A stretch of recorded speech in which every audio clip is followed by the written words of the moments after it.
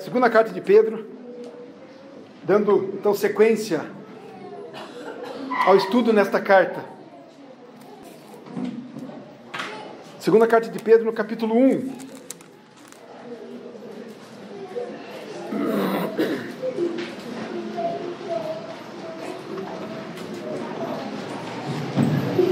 Segunda Pedro, capítulo 1, versos 12 ao 15.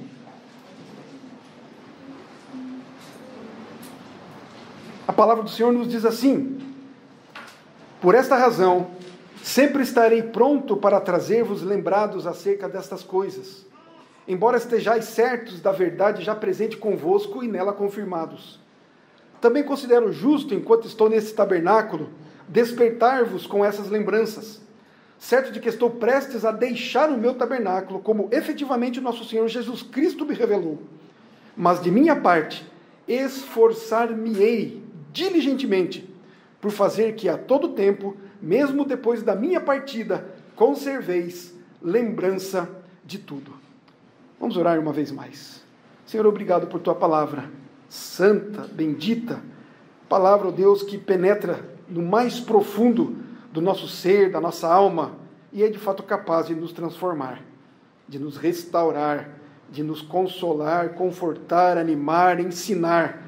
Então, ó Deus, tenha misericórdia de nós.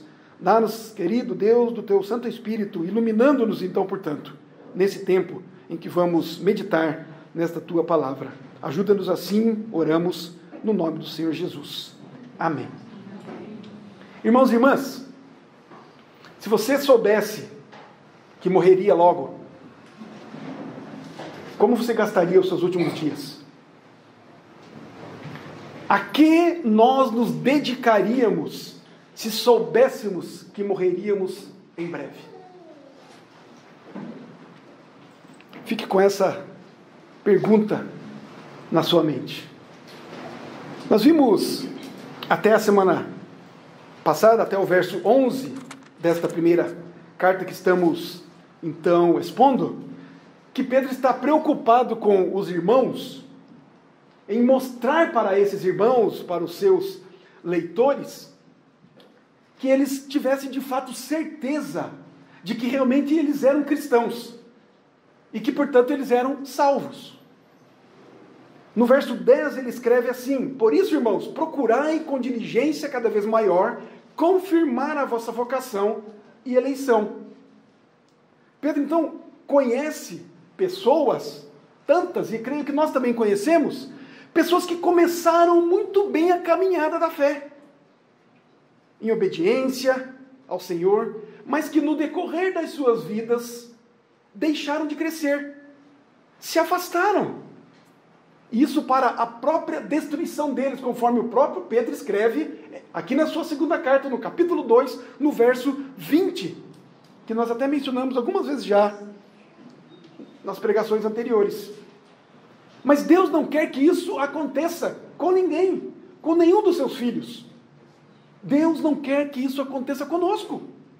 Por isso ele inspira a Pedro a escrever esta carta, para que ele mantenha na mente daqueles seus leitores, e inspirou para que Pedro escrevesse. E essa carta está no cânon, e essa carta chega até os nossos dias, para que nós também nos lembrássemos das promessas ricas e valiosas e imensuráveis promessas do Senhor em nosso favor.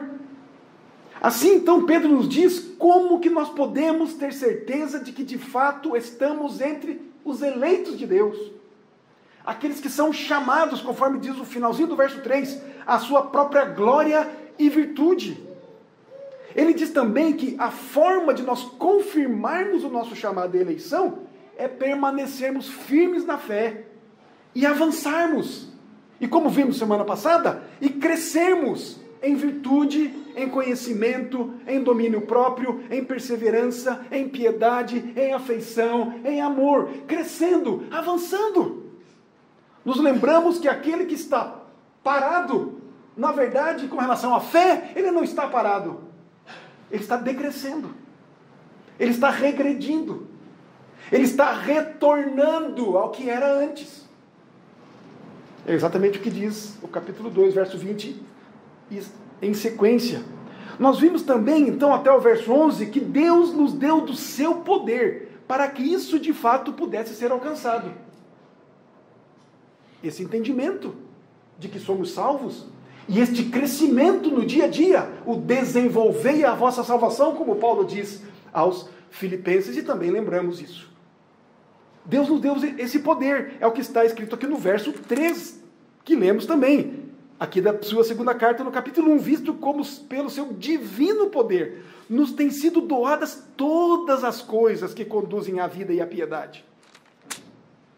Nós já temos, Ele já nos deu a sua palavra, as suas promessas, nos deu do seu Santo Espírito, nos deu do seu poder, portanto.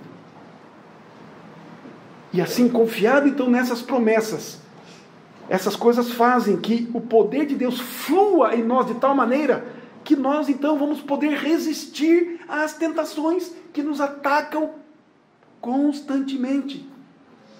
Como também esse poder de Deus e esse olhar para as promessas dele vão nos consolar, vão nos confortar com a certeza da vida eterna que temos em Cristo e que foi graciosamente preparada por nós, pelo Cristo de Deus, que afinal foi isso que ele disse: eu vou para junto do Pai, eu vou preparar-vos lugar, mas eu não vou deixar vocês sozinhos também, eu vou enviar o Espírito Santo de Deus, e ele vai lembrar vocês de tudo que eu fiz, de tudo que eu ensinei, porque vocês são esquecidos, porque vocês ainda infelizmente são pecadores.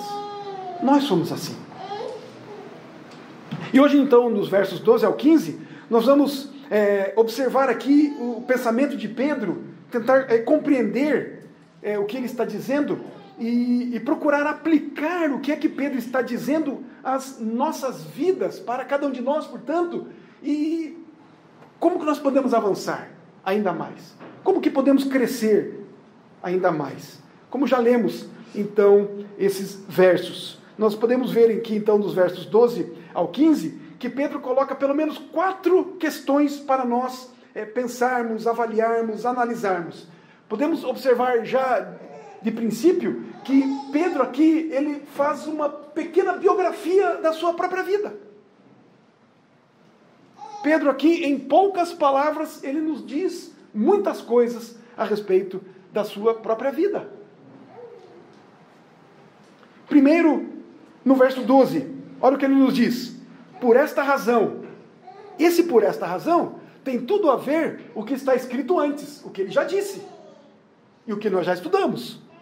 Por esta razão, sempre estarei pronto para trazer-vos lembrados acerca destas coisas, embora estejais certos da verdade.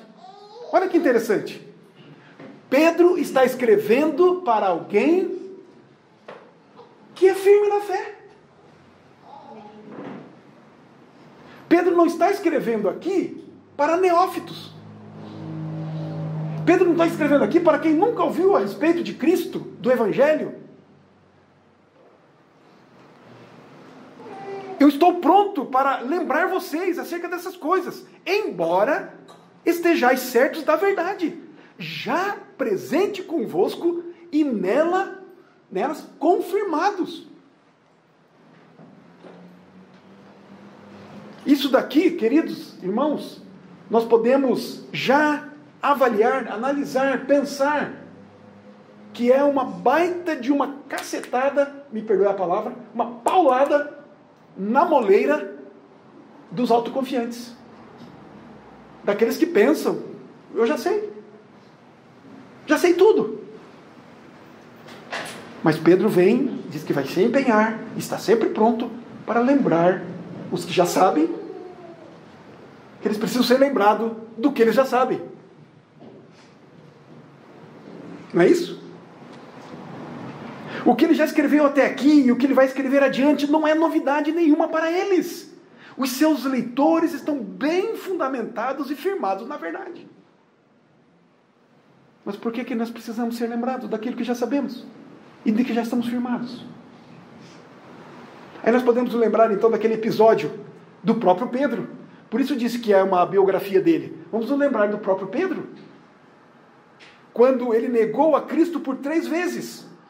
Isso está registrado lá, essa profecia de Cristo, esta palavra de Cristo a Pedro, está lá em Lucas 22, 32. Vamos abrir lá?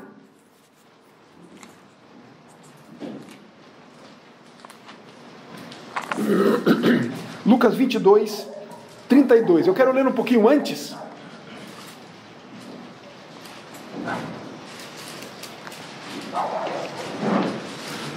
Eu não vou ler tudo, mas a partir do versículo 19, aí já é exatamente o fim do ministério de Cristo, a última noite, o último dia de Cristo com os seus discípulos, não é?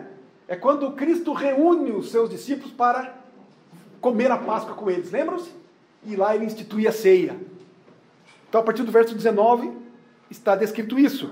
Aí, nessa refeição, nesta Páscoa, nesse último dia, nesse último encontro com os seus discípulos, no 24, olha o que diz lá. Suscitaram também entre si uma discussão sobre qual deles parecia ser o maior. Mas Jesus lhes disse: os reis dos povos dominam sobre eles, e os que exercem autoridade são chamados benfeitores. Mas vós não sois assim, pelo contrário, o maior entre vós seja como o menor, e aquele que dirige seja como o que serve. Pois qual é maior, quem está à mesa ou quem serve? Porventura, não é quem está à mesa? Pois no meio de vós eu sou como quem serve. Vós sois o que tendes permanecido comigo nas minhas tentações. Olha aí o elogio. Não é? Jesus afirmando isso. Vocês estão comigo. Estou aqui no fim do ministério. Não é mesmo? Jesus já sabia que ia ser preso há pouco. Os discípulos já sabiam disso, porque Cristo já tinha os avisado há muito tempo também, várias vezes. Não é? Mas qual é o maior? Surgiu essa questão entre eles. Olha o 28. Vós sois o que tendes permanecido comigo nas minhas tentações. Assim como meu Pai me confiou um reino, eu vou-lo confio. Olha só, que coisa grandiosa. Para que comais e bebeis à minha mesa no meu reino, e vos assentareis, olha lá, e vem mais, e vos assentareis em tronos para julgar as 12 tribos de Israel. Não é pouca coisa. E a discussão está ali. Quem é o maior entre nós? E Jesus diz, o maior é quem serve. Eu sou o maior e estou no meio de vocês para servir. Eu não vim para outra coisa, senão para servir. Eu não vim para ser servido. Mas aí vamos entrar no texto que nós indicamos. Olha o que Simão, então, ouve do próprio Senhor Jesus, no verso 31. Simão. Ele não chamou ele de Pedro, não é? Chamou ele com o nome hebraico. Como que, olhando para as suas origens, lá, olhe para dentro de você mesmo. Lembre-se quem você era. Mais ou menos assim. Simão, Simão, eis que Satanás vos reclamou para vos peneirar como trigo. Eu, porém, roguei por ti, para que tua fé não desfaleça. Tu, pois, quando te converteres, fortalece os teus irmãos. Ele, porém, respondeu: Senhor, estou pronto a ir contigo, tanto para a prisão como para a morte. Senhor, eu andei com o Senhor por 3 anos. O Senhor me chamou lá quando eu ainda era um pescador, e pecador também. Eu vi coisas maravilhosas.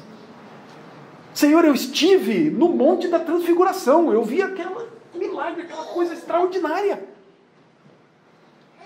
Senhor, eu estou pronto, até para ser preso e morto por sua causa.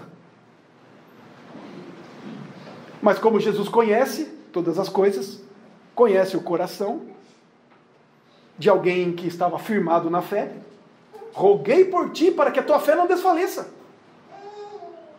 Apesar de Cristo ter dado autorização ao diabo para fazer o que fez, como fez com Jó, da mesma maneira. Mas olha o que Jesus então responde com toda essa avidez de Pedro. Diz assim: mas Jesus lhe disse: afirmo-te, Pedro. É agora Pedro, não é? Agora não é Simão, agora é Pedro. Volta para cá agora. Vem para esses dias agora aqui. que hoje, 3 vezes, negarás que me conheces, antes que o galo cante. Que episódio na vida de Pedro.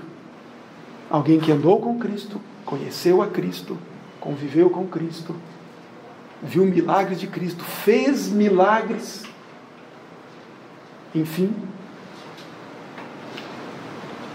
de fato negou, e conhecemos a história.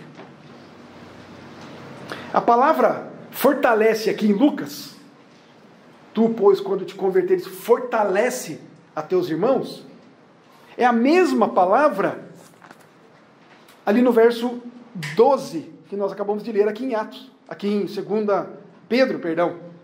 Por esta razão sempre estarei pronto para trazer-vos lembrados acerca destas coisas, embora estejais certos da verdade, já apresento convosco nela, confirmados. É a mesma palavrinha. Os leitores, portanto, de Pedro estão prontos, estão estabelecidos, estão firmados, talvez pelo próprio ministério de Pedro. Porque depois desse episódio de Pedro com Cristo, dele ter negado a Cristo, nós sabemos que Pedro chorou amargamente, arrependeu-se de ter cometido aquilo que cometeu. E o te converteres aqui de Lucas não é conversão para a salvação. Irmãos e irmãs, Pedro já era salvo em Jesus Cristo. Pedro não se converteu depois que foi conversar com Cristo, ou melhor, Cristo foi conversar com ele à beira-mar, depois de ressurreto, e chamou Pedro: tu me amas? Tu me amas? Tu me amas? Por 3 vezes perguntou a ele. Não foi ali que Pedro se converteu, ou foi convertido por Cristo. Pedro já era um convertido. Nós podemos ver, e acabamos de ler isso há pouco, no próprio contexto, onde chega aqui a Jesus dizer, então, se tu te converteres, ou quando tu te converteres. Quando você voltar, Pedro, quando você retornar, você conhece o Evangelho, você me conhece, você andou comigo, você está se achando aí o fortão. Eu roguei por ti para que a tua fé não desfaleça, para que você de fato não perca a fé, para que você de fato entenda que a salvação você não perde. E quando você voltar, quando você retornar, quando você cair em si do que vai acontecer com você, eu estou dizendo que você vai negar, vai me negar. Não, Senhor, eu vou morrer pelo Senhor. O pecado da autoconfiança. Eu não caio. Eu posso chegar com o pé no abismo, na beira do abismo, mas eu não caio. Eu estou seguro nas mãos daquele. Eu conheço a Cristo. Eu conheço o Evangelho, eu conheço a palavra. Eu conheço os mandamentos de Cristo. Eu posso pôr o pé no abismo, que eu não caio. Foi isso que Pedro disse. É isso que muitas vezes nós podemos dizer. Pensamos em dizer. E às vezes nem dizemos, mas fazemos. Estamos com os pés no abismo. Estamos caminhando para o abismo, mas eu não caio. Eu sei até onde eu posso ir. Ouviu isso? Eu ouço isso, às vezes, alguém que gosta de tomar algumas bebidas alcoólicas, não é? Eu sei até onde eu posso. Não, você não sabe. E hoje até a justiça, até a lei do trânsito diz que quanto é que pode beber? Para dirigir? 0. 0. Então só dei um exemplo, né? Mas enfim, quanto mais longe do abismo nós estivermos, menor o risco de cair nele. Quanto mais perto do abismo, mais próximo, mais fácil, mais suscetível estamos para cair. Pedro era autoconfiante.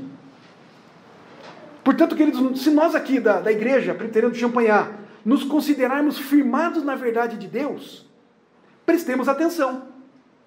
Esta carta e este alerta que foi dado a Pedro é para nós também. Esses lembretes que Pedro, que passou por isso, vem fazer, fez, tem feito e vai fazer a esses seus leitores nesta carta, é para nós também. Não é apenas para cristãos neófitos. Não é apenas para os novos na fé. É para nós, os experientes na fé. Os que conhecem a Bíblia, já lemos diversas vezes. Já ouvimos sermões. Já convivemos com o povo de Deus. Já estamos nesta luta, no caminhar com Cristo há muito tempo. Até mais do que o próprio Pedro. É para nós. É para mim. É para você. Verso 14. Depois vamos ao 13. Depois voltaremos ao 13. Certo de que estou prestes a deixar o meu tabernáculo, como efetivamente nosso Senhor Jesus Cristo me revelou. Olha aí. O Senhor Jesus Cristo revelou a Pedro que vai levá-lo. E logo. A sua morte está próxima. Cristo revelou a Pedro que isso não ia demorar muito. Duas verdades, pelo menos, reveladoras e claras para nós aqui. Que somos os chamados, os eleitos, os que estamos aí confirmados, estamos fundamentados e firmados na palavra. Primeiro, queridos irmãos e irmãs, é que nós morreremos. E os crentes, os cristãos verdadeiros, estarão com o Senhor. Nós morreremos e estaremos com o Senhor. Mas o primeiro, por vezes nós nos esquecemos. Nós só nos lembramos que estaremos com o Senhor. Mas esquecemos que para estar com Ele precisamos morrer. E nós vamos morrer. Você vai morrer. Mas o consolo para nós é que já temos o Senhor. Mas aquele que não tem o Senhor, que você conhece, vai morrer também. E aí a gente precisa pensar sobre isso também. Qual é o nosso papel com aqueles que vão morrer e não têm o Senhor? Pedro diz que o nosso corpo é uma tenda. É um tabernáculo, ele fala, que abriga o Espírito. Nós somos corpo e Espírito. E a morte significa, queridos, que nós vamos deixar essa tenda, esse tabernáculo, de lado por um tempo. E vamos partir. Vamos morrer. É uma realidade. A não ser que Cristo volte, como diz a palavra, os mortos ressuscitarão primeiro e nós, os vivos, seremos e nos encontraremos com o Senhor nos céus. Só não passaremos pela morte se de fato isso acontecer. Paulo falou sobre isso em 2 Coríntios 5:8. Entretanto, estamos em plena confiança, preferindo deixar o corpo e habitar com o Senhor. Então esta deve ser uma das alegrias do cristão. A morte. A morte deve ser uma das nossas alegrias. Apesar de ser o nosso inimigo, não é? O último inimigo. Já foi vencido. Cristo venceu a morte. Então a morte para nós não deve ser um terror. A morte para nós, física, é uma bênção, é uma alegria. Pois estaremos com o Senhor. Paulo diz aqui, eu prefiro. Estamos confiantes de que de fato isso vai acontecer. Se morrermos, estaremos com o Senhor. Preferindo deixar esse corpo.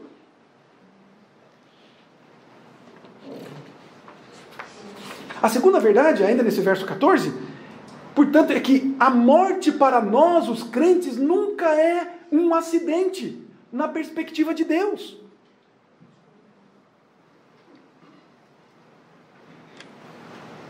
O próprio Senhor Jesus previu a morte de Pedro, não foi?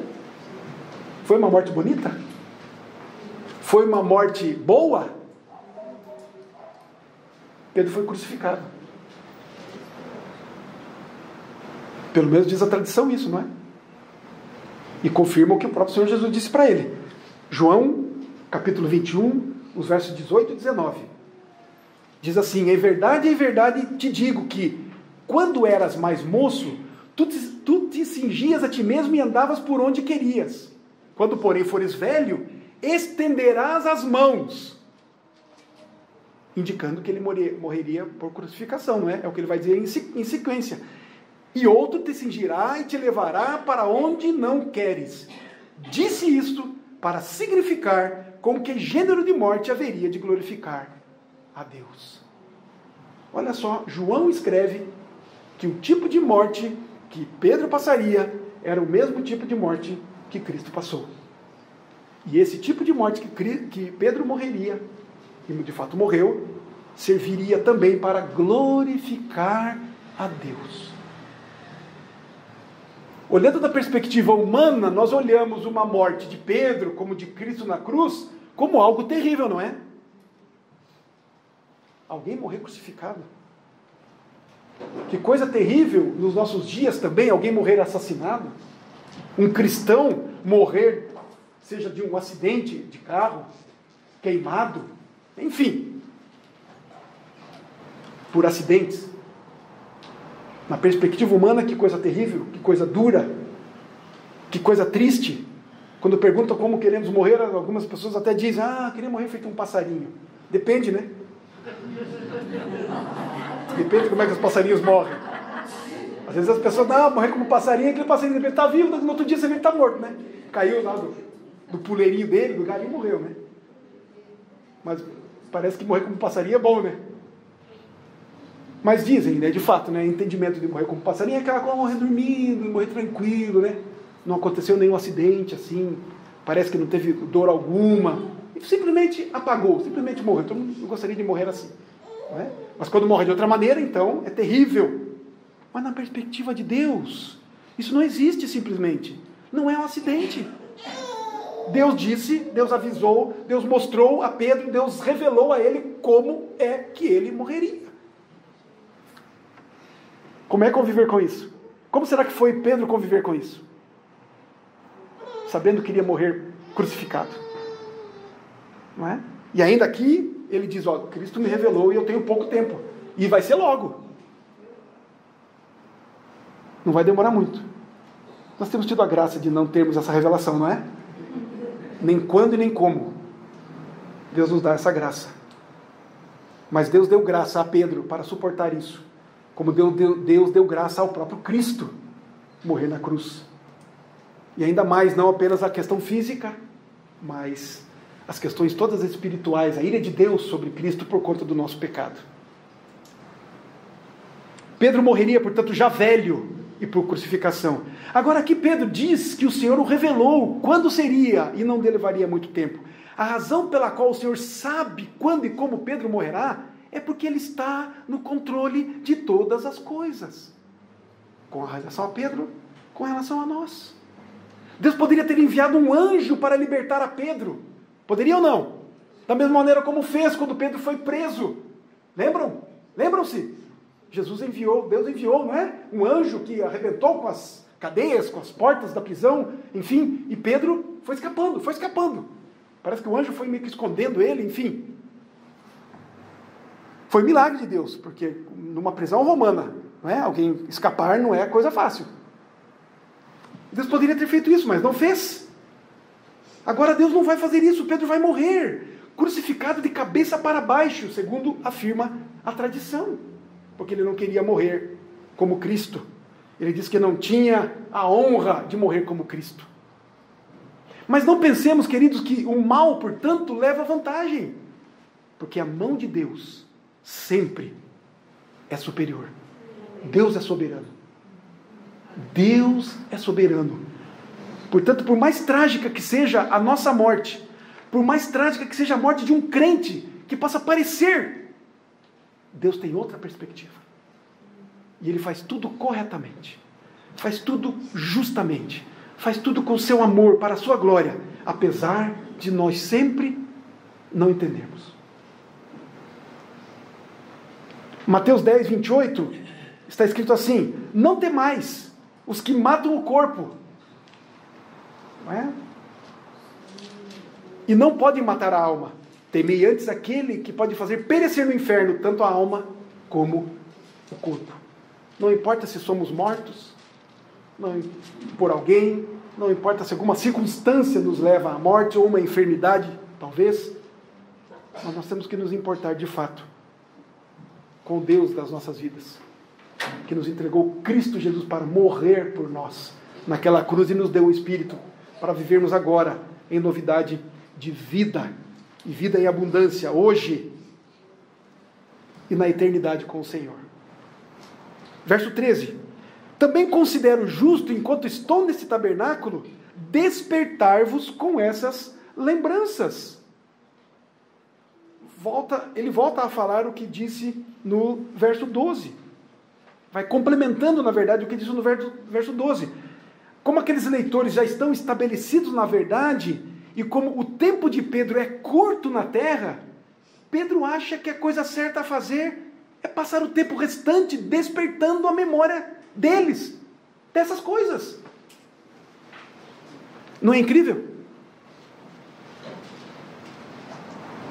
Se o Senhor lhe dissesse hoje, para você, meu irmão e minha irmã, dissesse para mim, dissesse, portanto, para nós que o nosso tempo é curto, a que nós nos dedicaríamos? Se soubéssemos que iríamos morrer por esses dias, aonde gastaríamos o nosso tempo?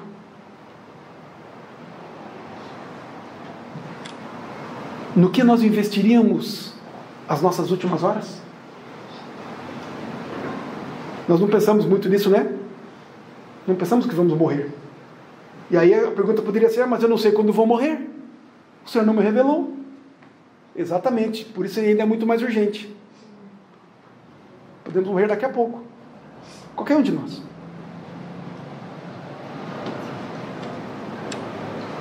Pedro responde essa pergunta mais ou menos assim: vou me dedicar a lembrar vocês sobre tudo o que Cristo viveu, fez e ensinou a vocês. Tenho pouco tempo de vida.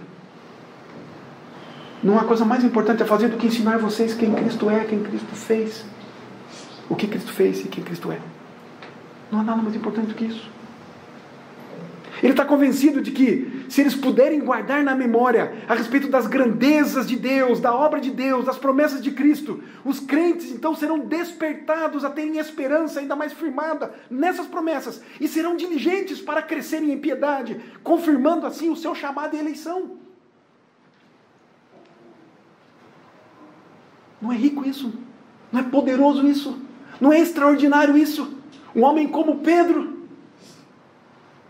agora no fim da vida, sabendo a que estilo e tipo de morte teria, e pouco tempo teria de vida, ele deixa tudo para lá, ele não quer mais saber de nada, a não ser ensinar, lembrar os crentes de quem é Cristo, de quem é o Senhor, das suas promessas, ajudá-los, encorajá-los, apoiá-los, fazê-los lembrar de quem é Cristo, de quem é o Senhor. Entendemos, queridos, o que significa isso para nós?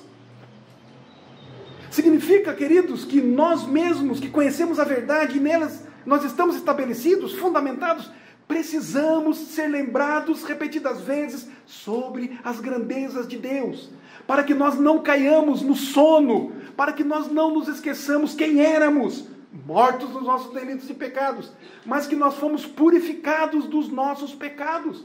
O verso 9 desta carta, Pedro fala isso nesse primeiro capítulo. Devemos, portanto, queridos, tirar da nossa mente, da nossa cabeça, que a nossa segurança eterna é mecânica e é automática. Fomos salvos. Uma vez salvos, sempre salvos. Ninguém de nós perde a salvação. Mas essa nossa segurança, essa nossa certeza, esse nosso entendimento, estas coisas, queridos, não são automáticas. Claro que Deus é fiel. E o que Ele prometeu, Ele vai cumprir. Lá em Romanos 8, 29, aqueles a quem Ele chamou, também justificou, enfim, não é? Predestinou, justificou e depois glorificou. É palavra de Deus, é promessa do Senhor e vai ser cumprido. Serão cumpridas.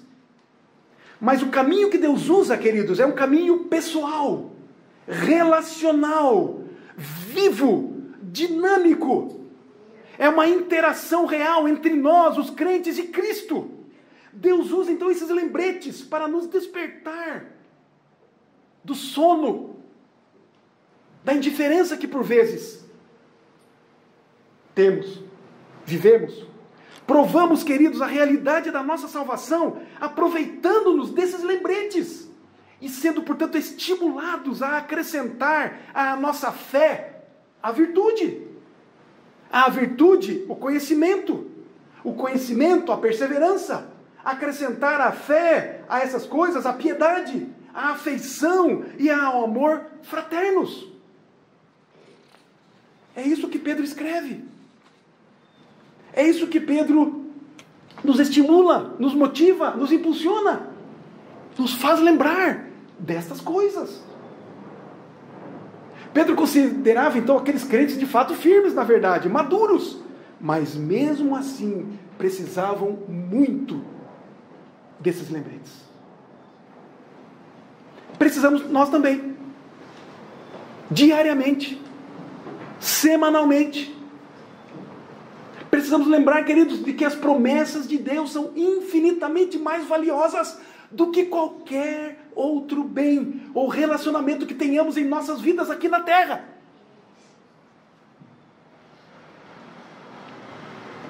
Porque é exatamente nessas coisas que nós colocamos a nossa confiança e as nossas alegrias, e vamos nos esquecendo das promessas de Deus. Colocamos as nossas alegrias nos relacionamentos, no trabalho, na família, no dinheiro, nessas coisas, nas coisas do mundo, nas coisas que vão perecer. Precisamos ser lembrados que precisamos colocar a nossa confiança nas promessas de Deus, que são ricas e sem tamanho. E são elas que nos fazem, nos permitem ficarmos longe do abismo. São essas promessas ricas, esses avisos e lembretes por toda a Escritura, que de fato põem freio em nós, que de fato demolem, destroem a nossa autoconfiança. Mas são as promessas, e temos que ser lembrados delas. Verso 15. Mas de minha parte, esforçar-me-ei diligentemente. Interessante Pedro colocar essas duas palavras aqui. Ele está dizendo mais ou menos assim: eu vou me esforçar com muito esforço. Está reforçando aqui. Olha a importância que ele está pondo nesse negócio aqui. Da minha parte, esforçar-me-ei, porque diligente é esforçar-se, é pôr todo o esforço. Eu vou me esforçar para pôr todo o meu esforço. Para quê? Por fazer que a todo tempo eu não vou descansar. Não vai ter um intervalo. Não vai ter um feriado. A todo tempo, mesmo depois da minha partida, conserveis lembrança de tudo. Como é que ele fez isso? Enquanto eu estou com vocês, eu estou lembrando vocês. Enquanto eu estou em vida, eu estou lembrando vocês. Eu estou junto com vocês. Eu sou aquele crente chato mesmo, que só fala da palavra, só fala do evangelho, só fala das bênçãos. Às vezes tem algum crente que fala que esse crente é um crente chato, né? Pedro é aquele crente chato. Mas eu vou fazer mais. Eu vou escrever isso e vou mandar para vocês. E essa carta, então, você vai ter na sua casa, vai ter na sua igreja, vai ter. E aí Deus vem, inspira Pedro a escrever essas coisas, e inspira homens depois, e chama homens, e traz homens na igreja, para que isso fosse canonizado. Escritura canônica. E nós temos a graça, a bênção, por causa disso, de sermos lembrados por Pedro, instrumento de Deus, instrumento do Espírito Santo de Deus, a sermos lembrados dessas coisas. Porque Pedro sabe o que é certo. E que certo, então, é dedicar o resto do seu pouco tempo na terra ao ministério de lembrar os seus leitores a respeito das ricas e grandiosas promessas de Deus. Ele resolve então escrever essa carta, que ficará para a posteridade, e que assim continuará lembrando a igreja dessas coisas até que Jesus volte. Por isso temos que ler.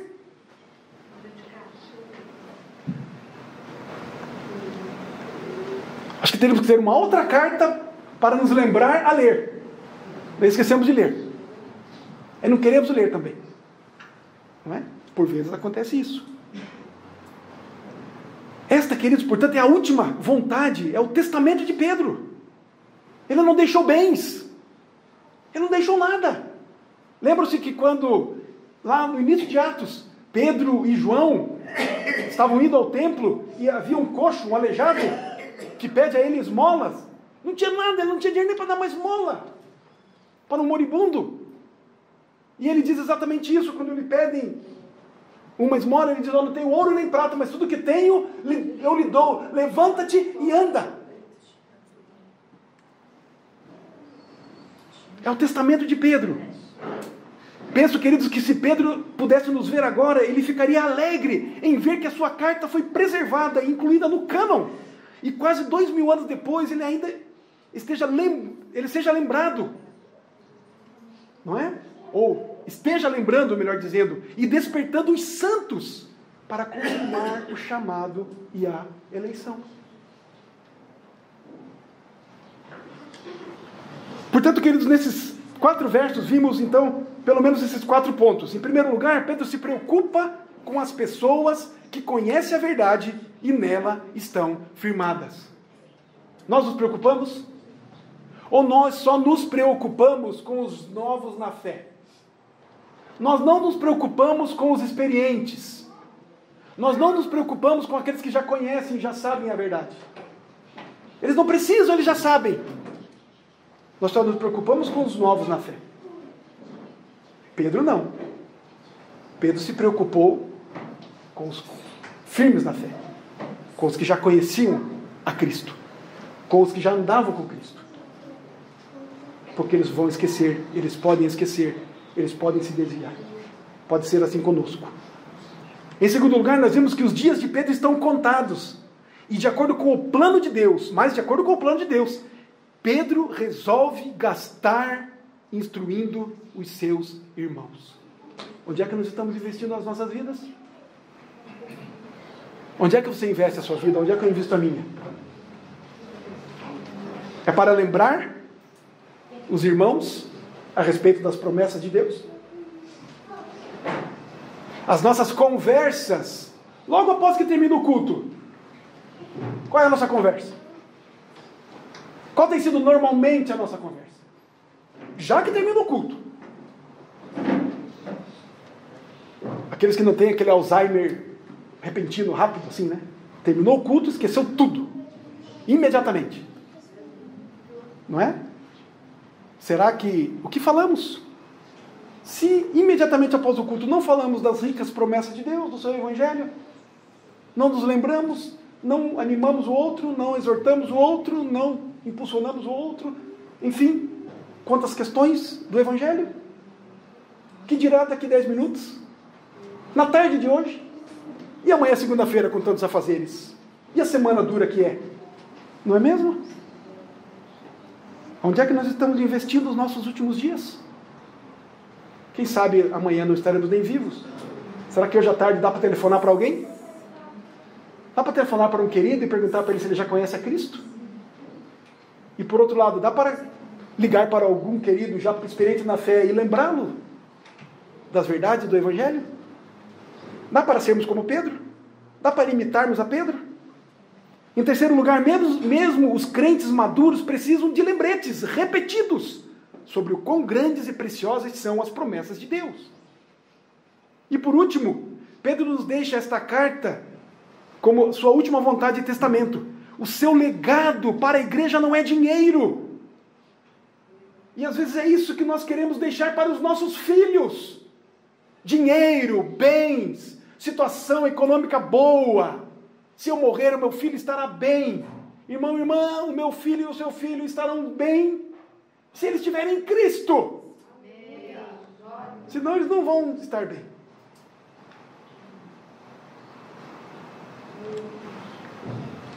O seu legado não era dinheiro, mas um lembrete do poder de Cristo e a sua gloriosa segunda vinda.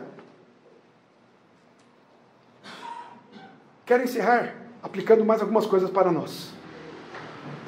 O apóstolo Pedro sabe que ele foi especialmente separado e escolhido para ensinar sobre as promessas de Deus e pensar em seus compromissos de fazer o bem ao seu povo. Pedro sabe que ele foi separado e escolhido para isso. Pedro sabe que ele é responsável por lembrar o povo dos preceitos e mandamentos de Deus. Nós acabamos de ler em Lucas capítulo 22, verso 32. Quando você se converter, fortaleça os seus irmãos. Era a ordem de Cristo para ele. Ele sabe do compromisso que ele tem. Foi dado pelo próprio Cristo a ele. Ele sabe que ele teria que lembrá-los disso, dos mandamentos do Senhor, dos preceitos, das promessas, das doutrinas, e envidar todos os esforços para que, de fato, esses seus irmãos cumprissem a vontade de Deus. E é isso que ele faz. Embora algumas pessoas possam achar desnecessário. Não é isso que por vezes falamos? Eu já sei isso, eu já ouvi. De novo, vai me falar de novo, vai me lembrar isso de novo, vai repetir isso outra vez. Eu já sei. Algumas pessoas podem achar desnecessário, pois já sabiam sobre aquele assunto que Pedro havia escrito e já estavam firmados na verdade que Pedro estava insistindo em repetir para eles. Mas e nós? E quanto a nós hoje, queridos? Então vamos lá. Precisamos ter em mente o que já sabemos para evitar esquecer, melhorar o nosso conhecimento e pôr em prática o que temos aprendido. Precisamos ser lembrados para pôr em prática. Não é só sabermos na mente. Temos que fazer.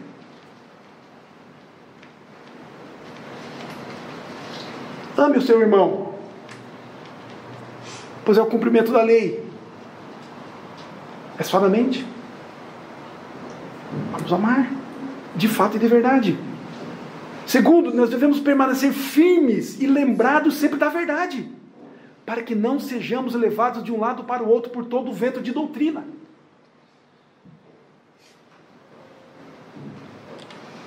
Nosso irmão Rafael acabou de apresentar para nós aqui a mídia, né? YouTube, enfim. Isso todo mundo tem. Todo mundo tem acesso a muita coisa. Não é isso? Coisas boas e ruins. Em se tratando de pregações, de igrejas, enfim. Do mundo religioso. Todo mundo tem acesso. Fácil, fácil. Mas nós precisamos ser lembrados da verdade. Precisamos buscar a verdade.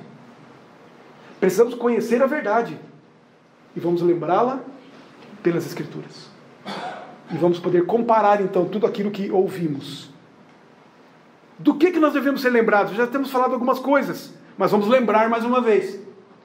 Das grandes doutrinas do Evangelho. Que Jesus Cristo veio ao mundo em carne, nascido de uma virgem, veio para salvar pecadores. E que aqueles que crerem no Senhor Jesus Cristo serão salvos. E todos que crerem devem ter o cuidado para praticar as boas obras de Deus. Devemos ser lembrados que Cristo ressuscitou ao terceiro dia. Morreu, foi crucificado, foi sepultado, ao terceiro dia ressuscitou. Foi visto por mais de 500 pessoas. E que em breve voltará para nos buscar, para buscar os seus. Essas são as verdades, algumas delas, que os apóstolos insistiram nos seus dias. É isso que está escrito na palavra. São essas as palavras fiéis e dignas de toda aceitação em todas as épocas da igreja cristã. Queridos, é o que o apóstolo Pedro registra aqui, é o que nós vamos ver na segunda carta, é o que já vimos na primeira. É o que vimos quando estudamos Filipenses, Efésios. É o que vimos quando estudamos as Escrituras. É o que vimos quando estudamos recentemente os Salmos de Romagem. É o que vemos na palavra. É o que ele registra aqui. É o que nós também devemos fazer. Lembrar-nos da verdade do Evangelho ao povo, para que sejam cristãos bem instruídos e firmados na verdade. E as pratiquem para o bem dos outros, para o seu próprio bem. E para a glória de Deus.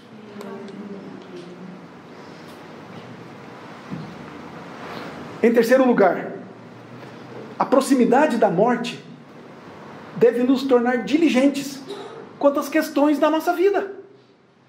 Queridos, nós não sabemos quando e nem como vamos morrer, mas nós vamos morrer. Nós pensamos sobre isso? Pensamos sobre as questões da vida? Nós devemos, portanto, queridos, mesmo não sabendo quando vamos morrer, nos empenhar cada vez mais de estarmos perto do Senhor, investirmos na vida dos nossos queridos, entregar a palavra para os que ainda não a conhecem e lembrar aqueles que já são do Senhor, a guardar os seus mandamentos e a confiarem nas suas ricas e grandiosas promessas. Mais algumas. De que Deus é em Cristo e somente em Cristo há perdão e vida abundante. Que o Senhor Jesus estará para sempre com os seus e nunca os abandonará. Que o Senhor Jesus voltará para buscar a sua igreja e assim estaremos para sempre com Ele. São as promessas ricas do Senhor para nós. Precisamos ser lembrados para sermos confortados, consolados e para sermos desviados do mal, do pecado, para podermos resistir às tentações.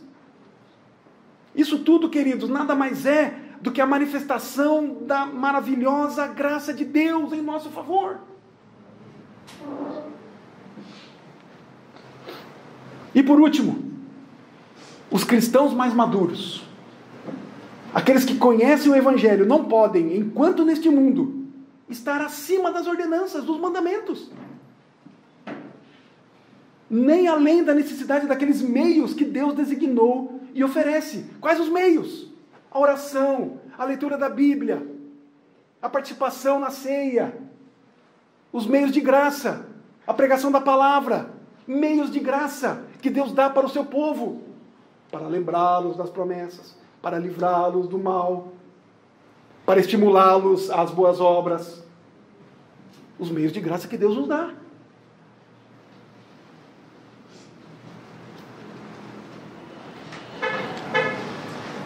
A autoconfiança, por isso, o último ponto é este, falando aos maduros, aos que conhecem o Evangelho, falando para a maioria de nós, eu creio, a autoconfiança foi o pecado que o próprio Pedro caiu.